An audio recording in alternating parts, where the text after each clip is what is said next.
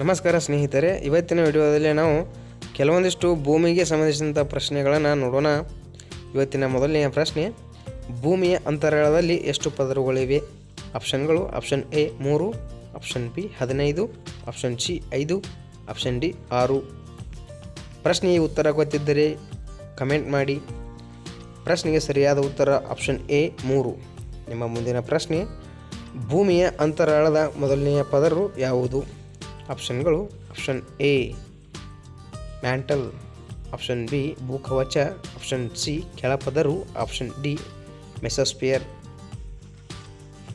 ಚಾನಲ್ಗೆ ಹೊಸದಾಗಿ ಭೇಟಿಯಾಗಿದ್ದರೆ ಚಾನಲನ್ನು ಸಬ್ಸ್ಕ್ರೈಬ್ ಮಾಡಿ, ಪಕ್ಕದಲ್ಲಿರುವ ಬೆಲ್ ಐಕನನ್ನು ಪ್ರೆಸ್ ಮಾಡಿ. ನೋಟಿಫಿಕೇಷನ್ ಮೊದಲು ನಿಮಗೆ ಬರುತ್ತವೆ. ಈ ಪ್ರಶ್ನೆಗೆ ನಿಮ್ಮ ಸರಿಯಾದ ಉತ್ತರ ಆಪ್ಷನ್ ಬಿ ಭೂಕವಚ. ನಿಮ್ಮ ಮುಂದಿನ ಪ್ರಶ್ನೆ, ಭೂಕವಚದಲ್ಲಿ ಎಷ್ಟು ಕಿಲೋಮೀಟರ್ ಆಳವಿದೆ?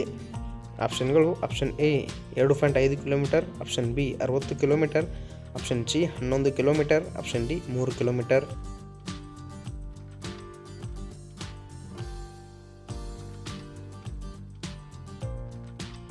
ಈ ಪ್ರಶ್ನೆಗೆ ನಿಮ್ಮ ಸರಿಯಾದ ಉತ್ತರ ಆಪ್ಷನ್ ಬಿ 60 ಕಿಲೋಮೀಟರ್. ಮುಂದಿನ ಪ್ರಶ್ನೆ, ಸಾಗರಿಕ ವಲಯದ ಮೇಲ್ಪದರ ಎಂದು ಯಾವುದನ್ನು ಕರೆಯುತ್ತಾರೆ? ಆಪ್ಷನ್ಗಳು: option A sima, option B mantle, option C ಕೇಂದ್ರಗೋಳ, ಆಪ್ಷನ್ ಡಿ ಸಿಯಾಲ್.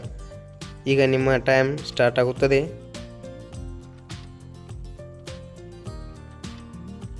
ಉತ್ತರ ಗೊತ್ತಿದ್ದರೆ ವಿಡಿಯೋವನ್ನು ಪಾಸ್ ಮಾಡಿ ಕಮೆಂಟ್ ಮಾಡಿ. ಪ್ರಶ್ನೆಯ ನಿಮ್ಮ ಸರಿಯಾದ ಉತ್ತರ ಆಪ್ಷನ್ ಎ ಸೈಮಾ. ನಿಮ್ಮ ಮುಂದಿನ ಪ್ರಶ್ನೆ, ಸೈಮಾ ಯಾವುದರಿಂದ ಮಾಡಲ್ಪಟ್ಟಿದೆ? ಆಪ್ಷನ್ಗಳು: ಆಪ್ಷನ್ ಎ ಎಲ್ ಮತ್ತು ಸಿಯು, ಆಪ್ಷನ್ ಬಿ ಎಂಜಿ ಮತ್ತು ಎಲ್, ಆಪ್ಷನ್ ಸಿ ಎಜಿ ಮತ್ತು ಸಿಯು, ಆಪ್ಷನ್ ಡಿ ಎಂಜಿ ಮತ್ತು ಎಫ್ಇ.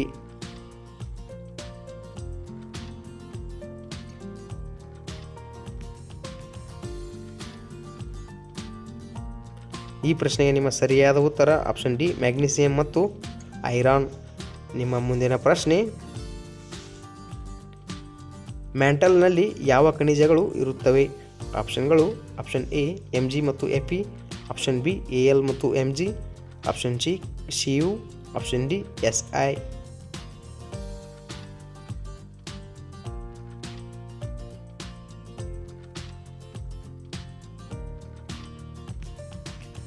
ಈ ಪ್ರಶ್ನೆಗೆ ನಿಮ್ಮ ಸರಿಯಾದ ಉತ್ತರ ಆಪ್ಷನ್ ಎ ಎಂಜಿ ಮತ್ತು ಎಫ್ಇ. ನಿಮ್ಮ ಮುಂದಿನ ಪ್ರಶ್ನೆ, ಮ್ಯಾಗ್ಮಾ ಎಂದರೆ ಏನು? ಆಪ್ಷನ್ಗಳು: ಆಪ್ಷನ್ ಎ ಭೂಕವಚ, ಆಪ್ಷನ್ ಬಿ ಶಿಲಾಗೋಳ, ಆಪ್ಷನ್ ಸಿ ಅಂತರ್ಜಾಲ, ಆಪ್ಷನ್ ಡಿ ಶಿಲಾಫಾಕ.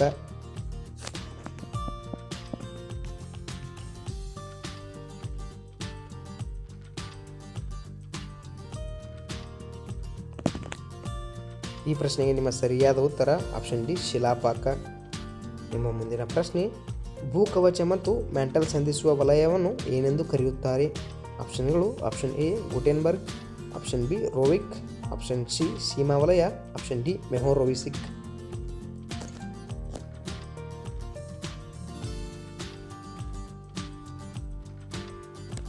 ಪ್ರಶ್ನೆಗೆ ನಿಮ್ಮ ಸರಿಯಾದ ಉತ್ತರ ಆಪ್ಷನ್ ಡಿ ಮೆಹೋರೋವಿಸಿಕ್. ಇನ್ನೂ ಹೆಚ್ಚಿನ ವಿಡಿಯೋಗಳಿಗಾಗಿ ನಮ್ಮ ಚಾನಲನ್ನು ಸಬ್ಸ್ಕ್ರೈಬ್ ಮಾಡಿ, ಪಕ್ಕದಲ್ಲಿರುವ ಬೆಲ್ ಐಕನನ್ನು ಪ್ರೆಸ್ ಮಾಡಿ.